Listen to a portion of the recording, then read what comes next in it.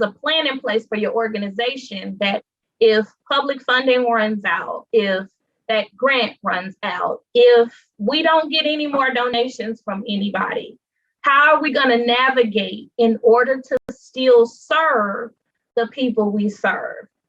Not in order to keep our lights on, not in order to whatever. You can put that in your sustainability plan, but it's more so geared towards how will you continue serving the people you serve if public funding drops away? And I think that's important to have on a high level for your whole organization, and even on a program level. If you have multiple programs, have a plan for each program as well. Great points. I was remembering about my business and what I did before COVID-19. And one of the things that I did is I pivoted before COVID-19. I started doing more lives and what have you. And because of that, my business has grown because of that. But this was before COVID-19, right before COVID-19. So having that plan is so the sustainability plan is so important. Dr. Nekima, would you like to share? Yes, and so great information. So I want to define what a sustainability plan is first, right? Because we have a lot of new listeners out there. We got a lot of people that are coming to try to get their grassroots initiative off the ground, or build community relations, or scale their nonprofit, or they're trying to find a way to really bring people in their fold, on their board, as interns, as volunteers. So your sustainability plan is not grants. All right, let's just be honest. That's just a part of your funding stream. So a sustainability plan should be diverse, just like your board, right? You can have fundraisers automatically. So I want you to think, when you're thinking about a sustainability plan, I want you to think about your funding stream, your funding plan that is automatically intertwined with your board, should automatically have insight from your volunteers or your admins. And how do you act? How are you going to fund, as Ms. Atkins said, your program or your volunteers or your CEO, his or her, what do you get?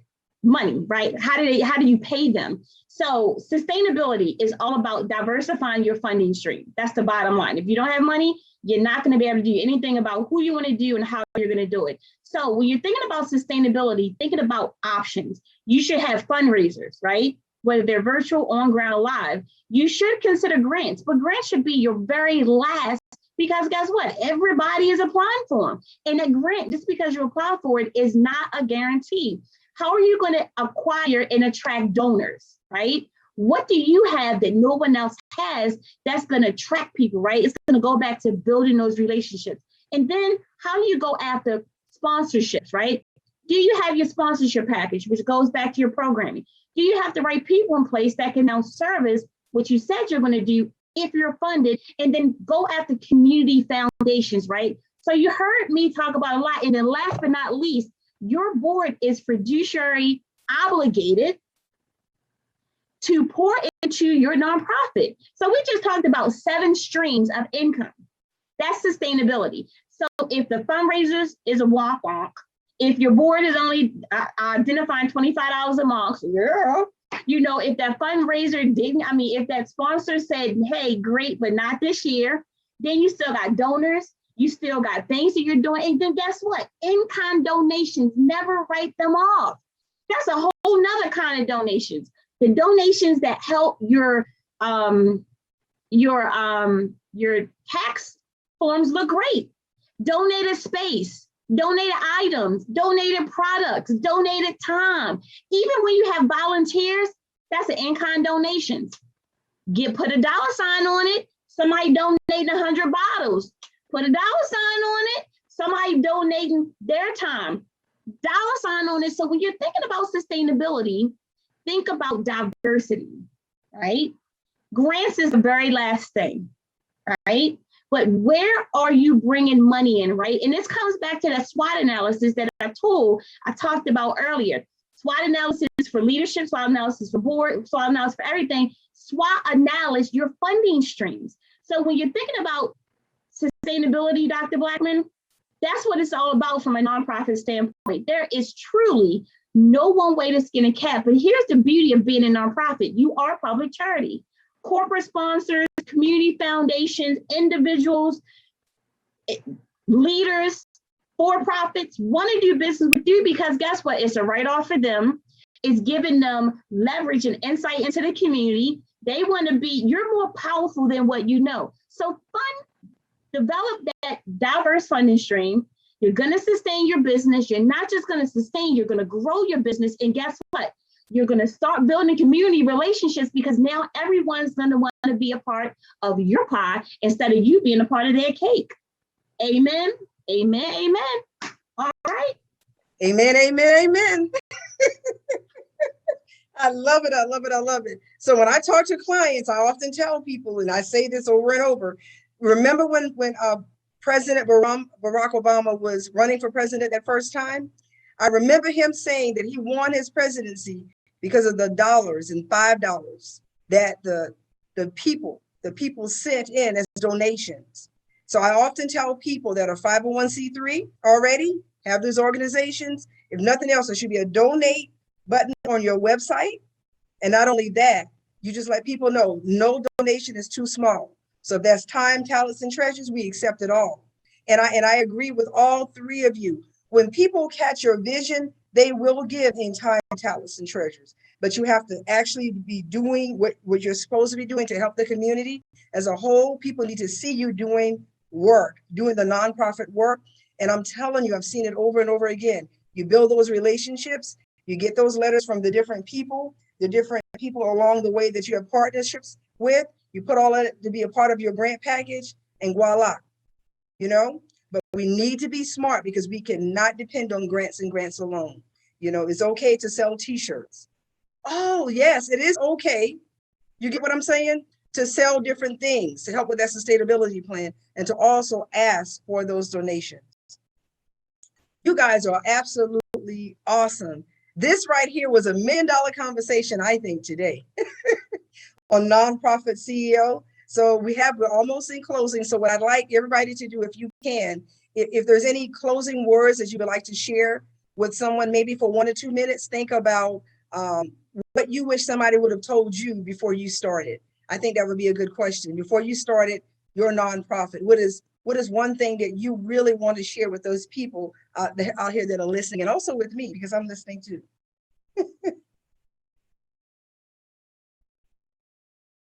Ms. Bryant, would you like to go first? Sure. Let's see. What I wish someone would have not necessarily told me, but I wish someone would have asked me the hard questions. Because when I came with, hey, this is what I want to do, everyone was always like, oh, that sounds great. You can do it. Go for it. I wish someone would have asked me the questions of how. Where are you going to get your money from? How are you going to set up your plan? How are you going to sustain yourself? How are you going to go out there and find people? I wish someone would have asked me the hard questions. So if you have someone, you're telling someone your passion and you have someone start asking you questions, don't take it as someone tearing you down. Don't take it as that toxic vibe coming at you. Take it as you being tested. How am I actually going to do this? Because those are the questions you need to be able to answer for yourself. It doesn't have anything to do with the person who's asking you those questions. You need to answer those questions. You need those answers. But yeah, just have someone that gives you those hard questions. Thank you, Ms. Bryant. Those are some great questions. Ms. Atkins? I would just say, I wish that someone would have told me, and I tell others now, never outsource your mission. When you start your nonprofit, if you're gonna say you're the CEO, ED, or whoever you are, don't outsource your responsibilities in your organization, right? You can hire talented people to do certain tasks or complete certain things, but you still have the responsibility. I mean, you're legally responsible to know your job role, and do not outsource it. Do not allow a consultant or a coach to own a piece of your organization, because that could be detrimental. If it's relationships that need to be made, don't depend on that person to make those relationships for you. You make those relationships and have that person fortify you and show you and empower you in how to make those relationships. Own every part of the process, whether it's good or bad. Own it. It is yours and it will help you. So I wish someone would have told me that. Thank you, Ms. Atkins. That's very encouraging. Dr. Jakima? Yes, and for those, one of the problems that we have, and we talked about 3 of them today, and I want to do a real quick recap in the time that I have. We talked about sustainability. We talked about getting corporate grants and going after corporate sponsorships, and we talked about board governance. And as career consultants and leaders and experts and nonprofit leaders, and anyone who's thinking about starting or being a part of a nonprofit, those are 3 areas that are extremely crucial and dire to success as a part of a nonprofit or leading a nonprofit. Oh, and we talked about the lack of leadership or thereof leadership in itself. And so I remember when I started out with my nonprofit a few years ago in my industry, and there was no model, right? There was no model for the industry, there was no model for the market, and there was no model for our targeted audience, which was the urban youth. And so I had youth that wanted to become triathletes, right? And so I come from years of leadership and education and, working with school systems and all of those things. But what I couldn't do was to fail my own kids. And so I had to find the value proposition in our products and services to develop something that wasn't there. In less than 4 years, we went from a nonprofit, from not having a model to creating an international award-winning model that's now being used by NGBs across the US. You want to know what the difference was? All of the things that we talked about today. How to go after grants and understanding that grants is not the only way to sustain. How do we understand our purpose? How do we know what our target audience is? What is value proposition? And so for those that are out there today who thought that they couldn't build a board, who didn't understand how to sustain or grow your business, who lack an opportunity of building community relationships or uncertain how to attract board members, I want you to come to the Nonprofit CEO because I created the 5-step formula to reach the urban market, to build communities and scale your business. And in this opportunity, you're not only going to get blessed, but you're going to walk away with a blueprint to answer all the questions we talked about today. And I'll leave you with this. If you are ready right now, pre or prior to the summit, I want you to text 443-267-8783. And we have a free blueprint just to get you started. So you'll come into the summit, not only learning some things, but knowing how to elevate it and take it, because it's not about the knowledge,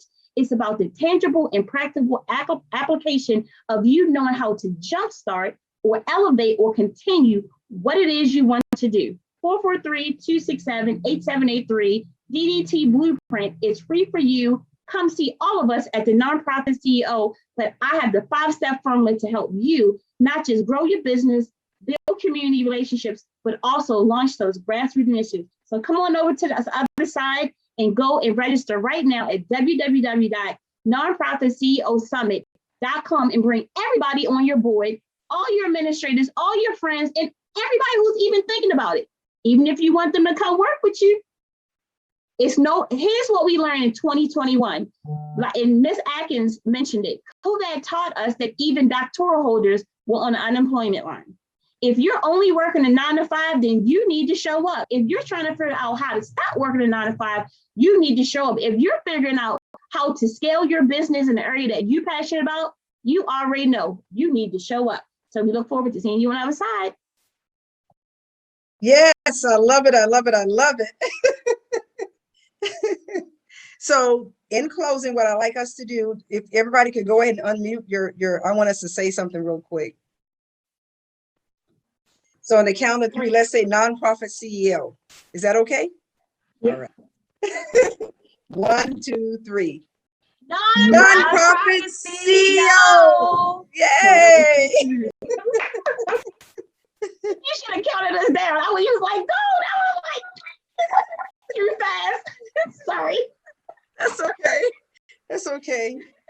I have had a ball with every one of you. I just speak blessings over all of your nonprofits. Dr. Takima just offered everybody an opportunity. If I were you, I would not miss out. Now is the time to not miss out. You've been given an opportunity to just grow, you know? And remember, we're all here to help you. We're all here to help you. So if this has been a blessing to you, be sure that you let Miss Tiffany Bell know, okay? We'll talk to you the next time.